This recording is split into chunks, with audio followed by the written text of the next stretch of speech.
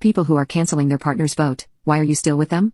I never thought dating a rich white boy as a Puerto Rican would be a problem, but I actually wasted 2 years of my life with him. That was because I caught him dying of laughter at Tony Hinchcliffe's joke where he called Puerto Rico a floating island of garbage in the middle of the ocean. I thought my boyfriend would be offended on my behalf, but he was actually wheezing for air and replaying the clip over and over. I asked him why he was laughing, and I was shocked to hear him say, "Because he's right." I reminded him that I'm Puerto Rican, and he said, "But you're not like them because you live in America." I was confused and asked him if he knew that Puerto Rico is part of America. He didn't answer and just told me that Trump was right about the left not being able to take a joke. To make matters worse, he said this is why he's going to vote for Trump. My heart actually dropped when he said that. I told him that Trump is going against everything America stands for. With him as president, we're going to regress 50 years. He said that wasn't true because Trump is a really good businessman and he will make America great again. I wasn't sure which Trump he was referring to because it couldn't possibly be Donald Trump. Regardless, I told him that he bankrupted a casino, had a failed football team, had a failed mortgage company, and a failed board game. The list goes on, but the point was he couldn't run those simple companies, so how could we expect him to run an entire country? Especially when he was fired from the White House years ago for being bad at his job.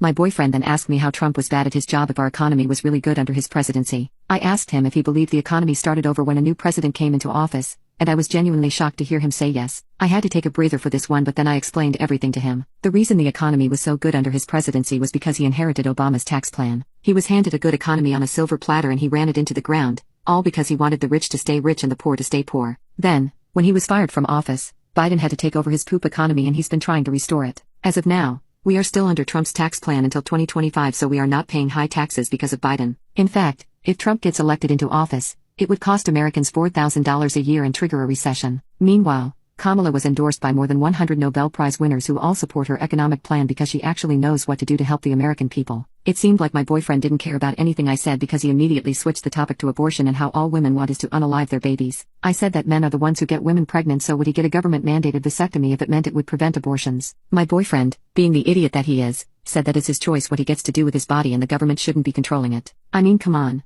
the point was right there. I told him that's exactly what the government is trying to do, control women's bodies. But he said no. It's still unalive. I explained that it was just a clump of cells and most times women get abortions because their bodies have been violated, or they will die if the cells pose some sort of danger to her body. He still wasn't listening and just said he knows women who have 4 abortions every week for fun. I told him that wasn't possible because women can't even get pregnant that fast and abortion is often a traumatizing experience. Besides, they're not preventing abortions, they're preventing safe abortions. Honestly, in that moment, I wanted to break up with him because how could you say something so stupid? But since the relationship was as good as dead, I figured I could still get something out of this. So, I played into his ego, and told him that I was so confident Kamala would win I'd even put money on it. To fully appreciate the brilliance of this plan, you have to understand that I recently learned that you can trade on elections legally for the first time in 100 years, and I knew that there was no way the American public was stupid enough to let Donald Trump be president. So, this was a guaranteed win for me. The idiot instantly agreed and said that Trump had this in the bag, and was down to putting in a trade each for who would win the election. I told him, "Give me $3,000 and I'll put on Kamala,